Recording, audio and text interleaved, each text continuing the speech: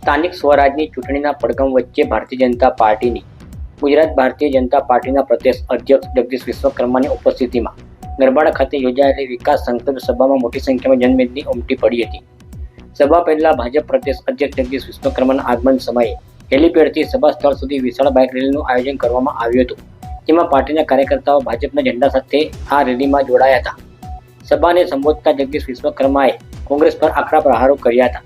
તેમણે જણાવ્યું હતું કે કોંગ્રેસે છેલ્લા 60 વર્ષ સુધી આદિવાસી સમાજને માત્ર વોટ બેંક તરીકે જ ઉપયોગ કર્યો છે અને તેમનો સાચો વિકાસ કર્યો નથી।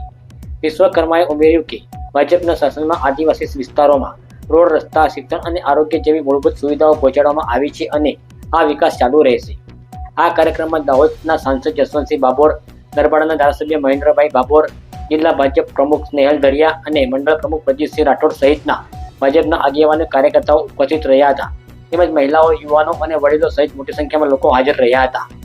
અહીંયા જેટલાય મારા આ ગરબાડા તાલુકાના લોકો, દાહોદના લોકોને પૂછવું છે કે 60 વર્ષ સુધી આ કેન્દ્રમાં કોંગ્રેસની સરકાર રહી, આપણા ત્યાંય કોંગ્રેસની સરકાર રહી વર્ષો સુધી।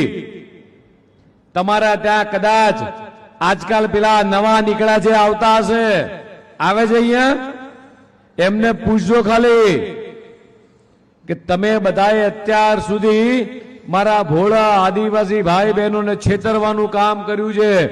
મારા ભોળા આદિવાસી ભાઈ બહેનોને માત્ર મજૂરી કરવા માટે તમે રાખ્યા હતા। મારા ભોળા આદિવાસી ભાઈ બહેનોને માત્ર ચૂંટણીના સમયે અંગૂઠો મારવા પૂરતો ઉપયોગ કરતા હતા। મારા ભોળા આદિવાસી ભાઈઓ બહેનોને એક મજૂરી કામનું કેન્દ્ર બનાવી અને આ જિલ્લામાંથી પેલા જિલ્લામાં આ સિવાય કોંગ્રેસને કશું ભળાયું નતું।